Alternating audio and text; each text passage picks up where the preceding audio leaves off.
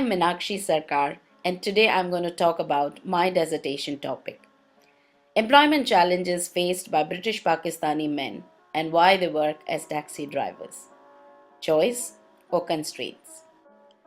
Interrogo, percipio, aditio, a Latin proverb meaning question, understand, apply, which sums up my philosophy of learning in life.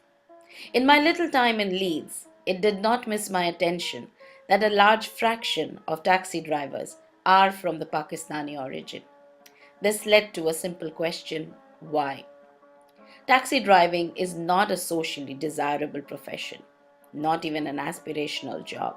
Then why do a quarter of British Pakistanis work as taxi drivers?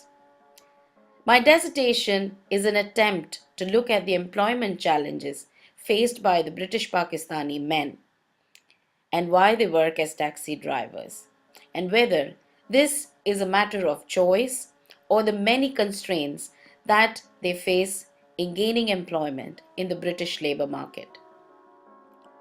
Using Hakim's preference theory and a qualitative approach, comprising semi-structured interviews with taxi drivers, counsellors, private hire company general managers, and Pakistani families.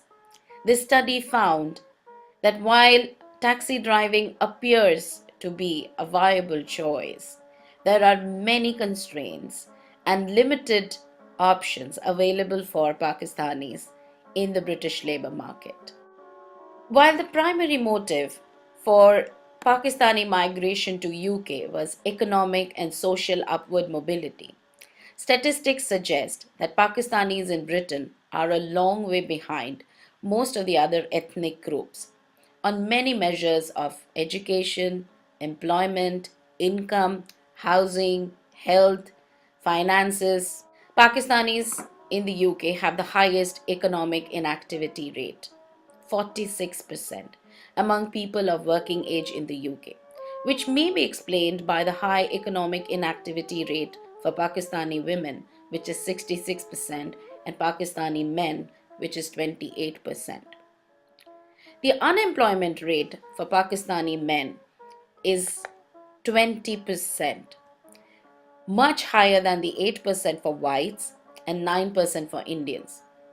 Undoubtedly, ethnic penalty appears to be severe for Pakistanis, but it is not clear whether religious discrimination in the form of Islamophobia is leading to double discrimination for this group, pushing them to elementary jobs or self-employment. More than half of Pakistani adults live in poverty. The mean wealth per Pakistani household is less than half compared to that of Indians and whites. Consequently, across all working age benefits, claimants from Pakistan hold the first position.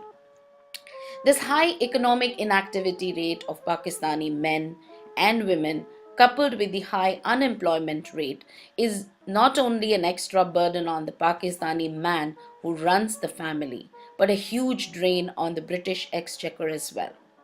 In that respect, this study helps to understand the factors affecting the employment options for the British Pakistanis and its economic and social implications for the British economy. Taking the simple example of taxi drivers, the study tries to highlight how disadvantage at the academic, economic, and social level are all connected. Overall, the labor market disadvantage of Pakistanis can be seen at three levels: structural, individual, and social. At the structural level, the decline of the manufacturing sector from the 1980s onwards and the rise of the service sector has had a more severe impact on Pakistanis living in the mill towns of northern England. Although self-employment is popular among the British Pakistanis, it has not proved to be a panacea to the labor market disadvantage.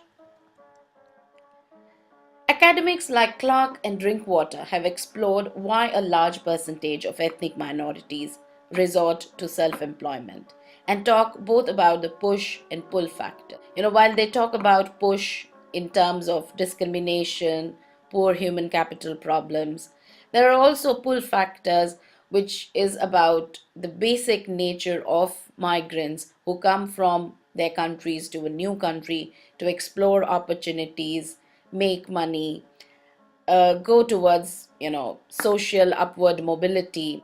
Blackaby et al. Found that more than discrimination, it is the failure of the British Pakistanis to assimilate into the British culture and lifestyle, which is responsible for their high unemployment and self employment rates.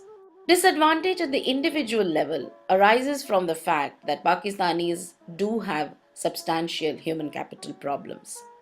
Starting from their academic performance in schools, universities, to their lack of fluency in the English language, all seem to be putting this community at a disadvantageous position economically and socially. While many such studies have attempted to explain such differences in the labor market, I chose Hakim's preference theory to examine if British Pakistanis enjoy a genuine choice in their work orientations. Hakim says the five tenets, like the contraception revolution, equal opportunity revolution, expansion of white collar jobs, and part time work for secondary earners, and general work attitudes and values, which presumably provide a genuine choice to women, are already available to men in modern affluent societies. However, the study found that these five tenets do not hold true for the Pakistani diaspora generally, and definitely not to the studied group of men. Owing to religious differences, institutionalized discrimination, and the segregation of roles in the families, in many ways, the British Pakistani appear to be limited in their labor market options, considering the many constraints they face. Hakim also claims that there are three different preference groupings among women: the home centered, work centered, and adaptives. These work family preference categories are also found amongst men, although in different proportions, as fewer men are home centered or adaptive. In the case of the British Pakistani men studied here, while family seems to be very important since most of the men interviewed had dependent wives, children, and parents, and flexibility was cited as one of the prime reasons for them to go into taxi driving. The work orientation of these men could not be firmly concluded, though it appears to be adaptive. While Hakim claims that preference groups cut across social class, education, and ability differences, this has been questioned by Susan McRae, and I found in the case of the Pakistani men in UK, people from rural background in Pakistan were more likely to go into taxi driving over those from urban cities. Interestingly, none of the taxi drivers in the study wished their children to go into taxi driving, which stems from the belief that since their kids are getting better education and facilities, they would not have to do this work. It would be interesting to follow up this study for the third generation or the future generation of Pakistanis to see if the percentage of Pakistanis in the taxi profession does reduce. Additionally, since Hakim's theory has been largely associated with women, this study opens avenues for further research using preference theory on minority men or men in special circumstances who are perceived to have multiple constraints where they can and do exercise their choice. The dissertation has been structured into five chapters, starting traditionally with an introduction chapter providing an overview of the research, followed by a detailed literature review, which provides the studies and theories considered before designing the research. Next chapter is on the research design and methodology, citing some of the challenges faced and the ethical considerations kept in mind while conducting this research.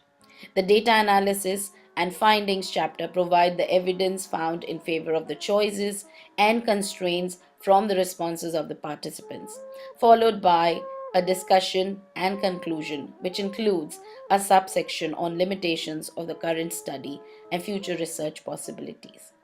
The dissertation also includes a special chapter called the Management Research Report, which makes a Sharia law or Islamic law compliant saving scheme recommendation to better support the British Pakistanis working as taxi drivers. The dissertation has raised many more questions than what it has answered and calls for a further detailed study to further understand the implications of one ethnic community being pushed into the taxi business. The socio-psychological implications of this on the British born children and the future of taxi drivers in the UK.